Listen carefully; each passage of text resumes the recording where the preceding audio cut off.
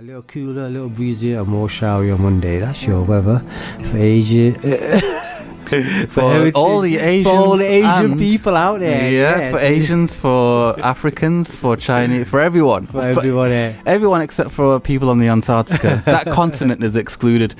All other continents. Why did you say that? I'm going to say something. I was watching previews of The Thing. Remember the 1982 film with Kurt Russell, where they were trapped on that Antarctic base, and this alien monster is kind of infesting them one by one and killing them. Sorry, gruesome film, but such a cool film, man. Iconic horror film. Yeah. You just said Antarctica and that just brought that, but that's deja, that's fate, that's something. Because how often do I mention Antarctica? I know, never. Yeah, I don't think I've ever, of all the shows we've done, probably done 100, 200 shows. I think I've only said that once. What are the chances? Weird, and you're watching it? I was watching it, yeah. Well, it shows the connection we have. Yeah. Let's do a proper intro. This is Heritage Radio, the one and only Heritage Radio, broadcasting from the third greatest city in the UK. Third greatest city in Europe, apparently. And, okay. And we're going to be talking about, it's meant to be the truths. That's basically what we're doing. It's a rip-off of the truths. But to be honest, bro, I've enjoyed so much the stories we've been doing recently, where it's not really truths. It's not like Russell Brand dissecting the news and getting deep insight that otherwise goes by and doesn't really catch our attention. This is more about curry stains in in the carpets and stuff like that. Yes, if anybody was not listening to our show last week, we were talking about a certain landlord down in Kent who has barred coloured people because they leave curry stains in his carpet, and it's hard to sell his house to white people. Amazing. Well, there's a follow-on story to that, where basically the landlord who banned coloured tenants over curry smell complains to police after being called racist.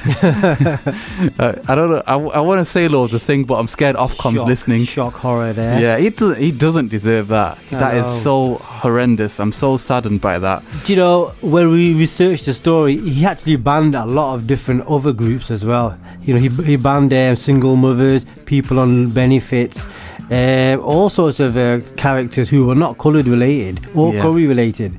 So I'm kind of use the word. So I'm kind of leaving the door open there. I'll leave my opinion for the time being. Yeah. Well, do you know what I thought? Let's kick off with it's quite a dark, gruesome story, but do you know what I thought? It's good. These are the kind of things we have to delve straight into and not be coy or shy about this. But do you know, I think it's important that the Muslim community, we talk about certain things with honesty, and one of the things we've got to talk about is, when go on, spit it out, let it out. Our taboos. This is what the collective West, if you want to call it that, have this sort of claim. People like Sam Harris, Richard Dawkins, the usual suspects, they have this kind of argument, which I think the Muslim community have to counter, which is that your taboos are not our taboos, which I think is a very fair comment. It's something that we should talk about. Yeah. Your taboos are not our taboos. Well, it depends what taboos they are, aren't they? Well, so because there was this huge uproar when the Danish cartoonist was killed because he drew the prophet. He actually drew it. Images that the bombing is we know, and that was people died because of that. And clearly that's not the Muslim way. Nobody should die. But there was a huge uproar, a tremendous uproar from the media, and as usual, Muslims, Islam was under the magnifying glass yet again. And you know what? Something similar has happened recently. 5 suspects are being sought by police because 5 people were sought upon, and one was beaten to death on camera. And did you hear about the media uproar in this area? Did you not? No. Which about what was the cause of it? Well, it's funny you should ask that, bro, because it wasn't Muslims. I mean, if you change the words to Muslims in everything in this thing that I'm going to describe, the question is for the audience is: would you expect this to be in the right on the what I'm talking about? I know where you're going. The red top tabloids. They'd be oh my God, look at this! These barbaric people are doing this, that, and the other, and well, it turns out that it's not a bunch of Muslims that did it. I mean, I don't think the religion is even relevant. It was a bunch of murderous thugs who killed these innocent people. But it was basically in India. There was a bunch of Muslims that were. I'm going to show you the video, bro. I've seen it, so you got to watch it now. Thank you very much. Basically, a bunch of Muslims that were in Rajasthan. Oh yeah, so there's something called the Rajasthan Bovine Act, and it covers cow transport, and maximum prison term is 10 years.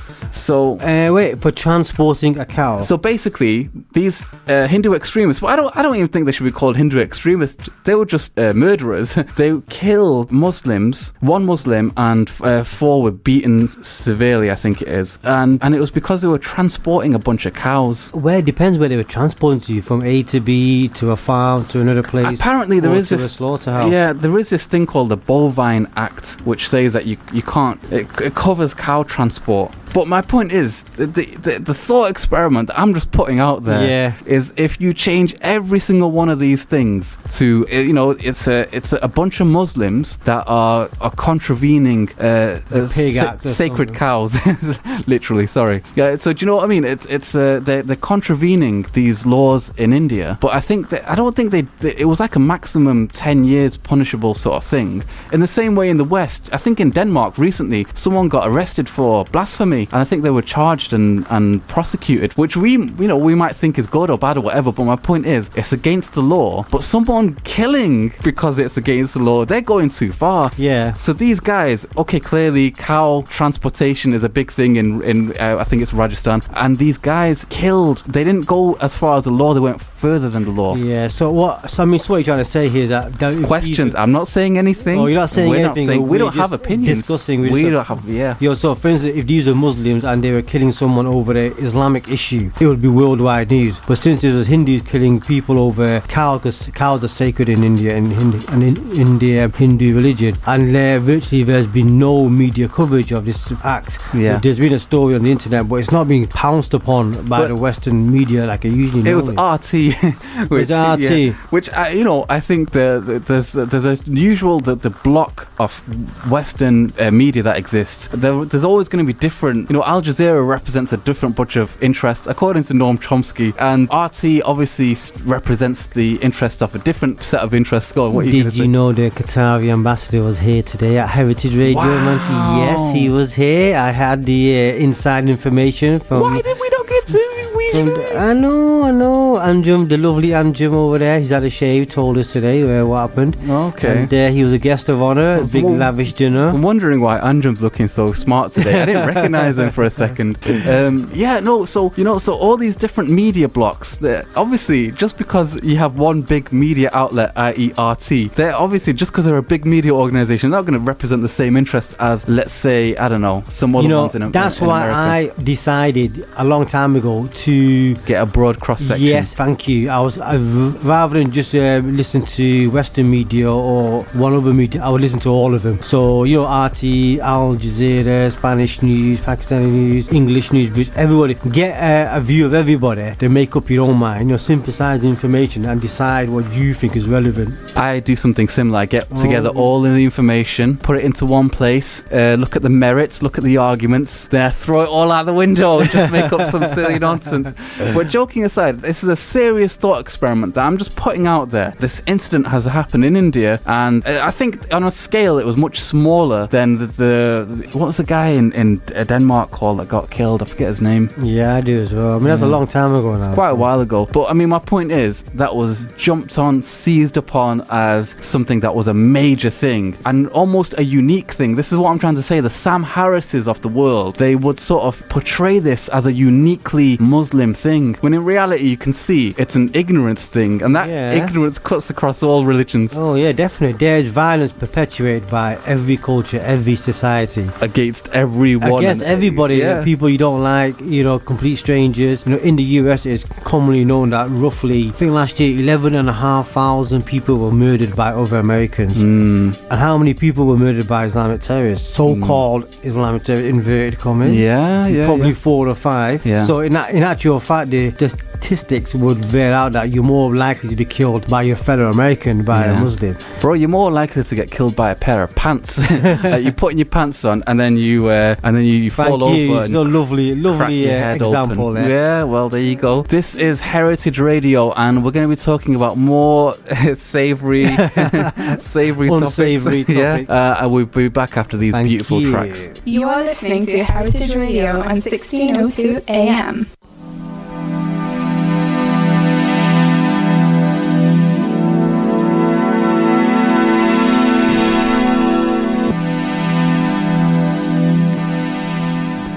You are listening to the world-famous Heritage Radio.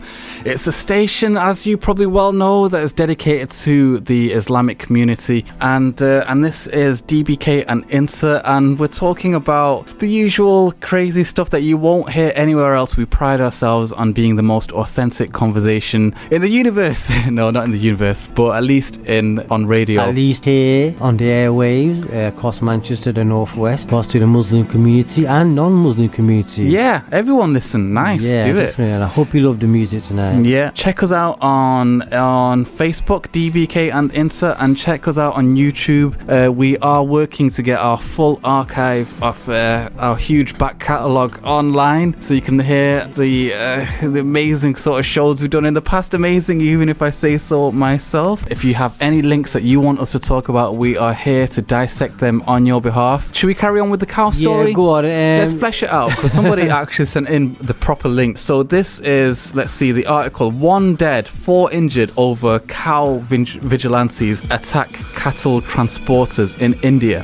This was on which channel? Was this on? This is on RT. RT News. That's the Russian TV channel. Yeah. And so the article, apparently it says, so-called Hindu, quote, cow vigilantes set on preventing cattle from being slaughtered attacked a transport convoy in India, hospitalizing 5 Muslim workers, of whom 1 later died.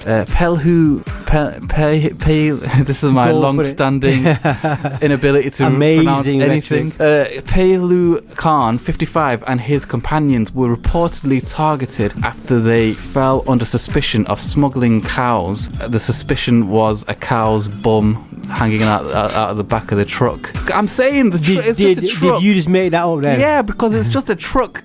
What does it mean? They were targeted after they fell under suspicion. It's pretty. There's no suspicion needed. If you got a cow and it's on the back of your truck and you're transporting it, there's no suspicion of you transporting a cow. You are doing it. So these guys must have seen it and jumped on the cow bandwagon. Anyway, it happened in Rajasthan, a northern Indian state where cow trafficking is illegal, but human trafficking is funnily okay. No, it's not. It's not. Of course, it's not. The attackers were affiliated with Vishwa Hindu Parishad, a right-wing nationalist organization, and its youth wing, Bajrang Dal. According, I love the way you how it glides off my according to Ramesh Chan Sinwar. Oh my God, my pronunciation. The men were, quote, stopped 4 vehicles on Saturday evening, alleging they were illegally transporting bovines, as someone told the Indian Express. Khan, a Muslim, and his companions were then beaten despite attempting to present documents proving they were transporting the cattle legally. I told them I had all the documents, but they pulled us out of the vehicle and beat us up. They took away 35,000 rupees,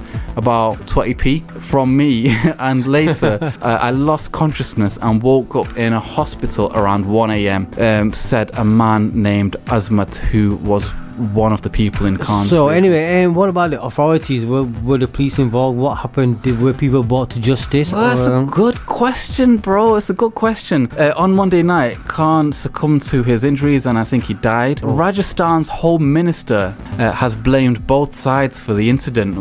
He's blamed both sides. The problem is from both sides. People know cow trafficking is illegal, but they do it. Gao Bhakts I don't know what that means. It tried to stop those who indulge in such crimes. All right, so go back to like people who stop cow trafficking. Right, I see. Yeah, well, I've heard of like the Bloods and the Crips in America. They're gangs that fight over territory to sell drugs. You got a gang that stops bovine trafficking in India. Yeah. However, taking law into one's hand is wrong. Police will act against both sides. I mean, that's the question, isn't it? Yeah. Is law and order effective over there against these crimes, especially when it has kind of religious connotations to it, since Hindus worship see as cows as sacred. Yeah. You know, so it's not an issue that the authorities would like to oppose in any kind of public way. And that leads us, I think, nicely to a comfortable set of conclusions that maybe we could draw. Bro, you know, you see these sort of things. So like I say, if you had changed the name for Muslims, instead of Hindus, it's Muslims. Yeah. Instead of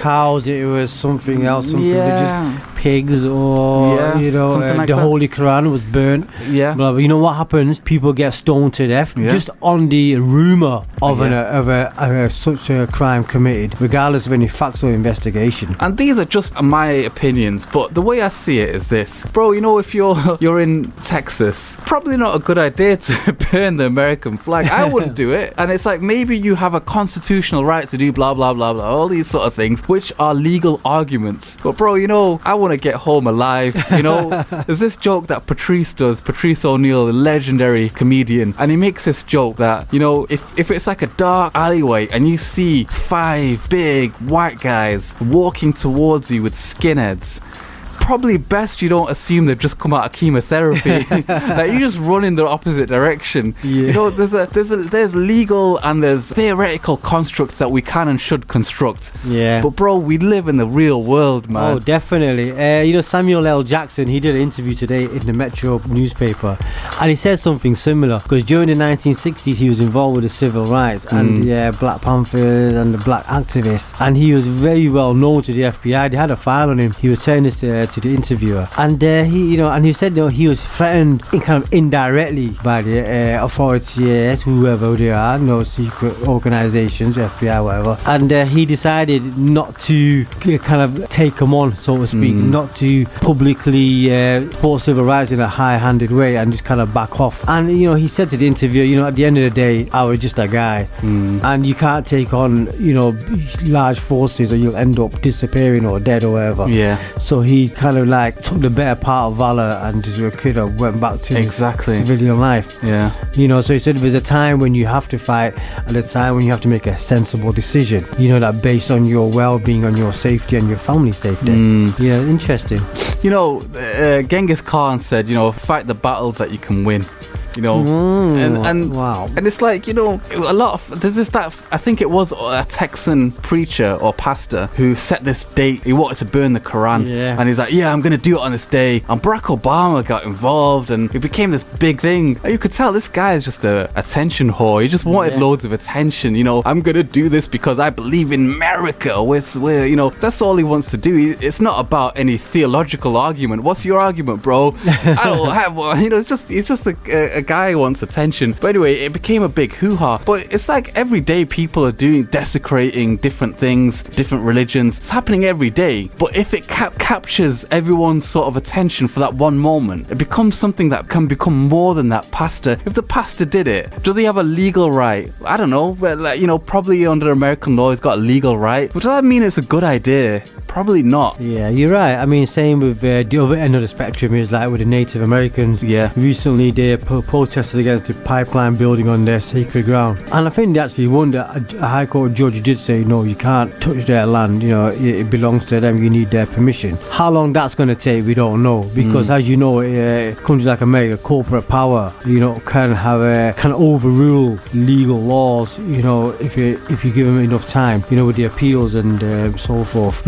But that's one saying, that's one positive aspect of, say, fighting for your rights and fighting for religious rights. But when you're killing people, when you're standing up for religious rights in a very negative way, that totally contradicts the whole basis of religion. This is Heritage Radio.